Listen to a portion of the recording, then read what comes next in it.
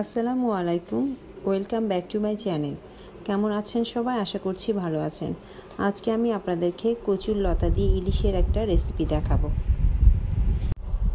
চুলায় প্যান বসিয়ে এখানে আমি অল্প পরিমাণে সয়াবিন তেল দিয়ে দেব। এর মধ্যে আমি দিয়ে দেব পেঁয়াজ কুচি, হাফ চা চামচ পরিমাণ লবণ, আর দিয়ে দেব হাফ চা চামচ আদা বাটা, হাফ চা চামচ রসুন বাটা, হাফ চা চামচ হলুদের গুঁড়া এবং 1 চা চামচ মরিচের গুঁড়া। সব মশলা খুব ভালোভাবে কষিয়ে নেব।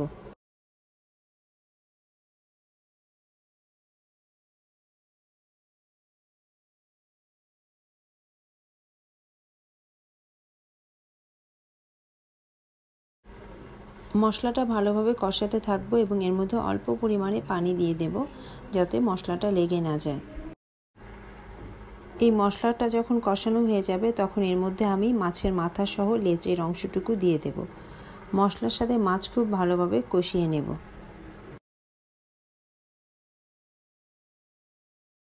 এখন অল্প পরিমাণে পানি দিয়ে আমি মাছটা ঢেকে দেব।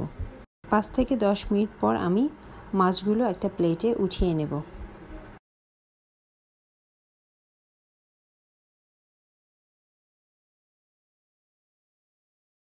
এখন আমি ওই মশলাতেই আগে থেকে কেটে ধুয়ে রাখা কচুর লতাগুলো দিয়ে দেব। মশলার সাথে কচুর লতাগুলো খুব ভালোভাবে মিশিয়ে নেব।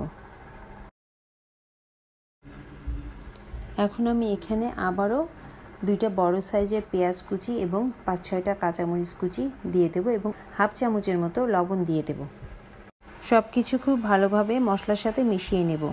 আমি এখানে পেঁয়াজের পরিমাণটা একটু বেশিই দিয়েছি, এতে আপনার তরকারিটা অনেক বেশি গ্রেভি হবে।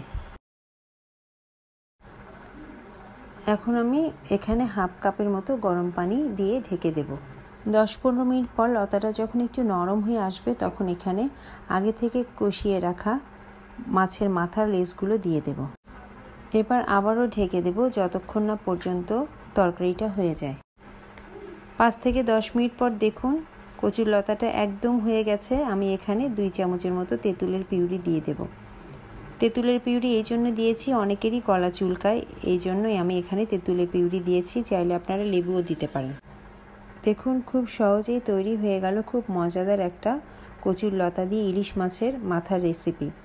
আমার আজকের এই রেসিপিটি যদি আপনাদের ভালো লেগে থাকে তাহলে এটা অবশ্যই আপনারা বাসায় রান্না করবেন এবং আমার চ্যানেলটি লাইক, শেয়ার এবং সাবস্ক্রাইব করবেন।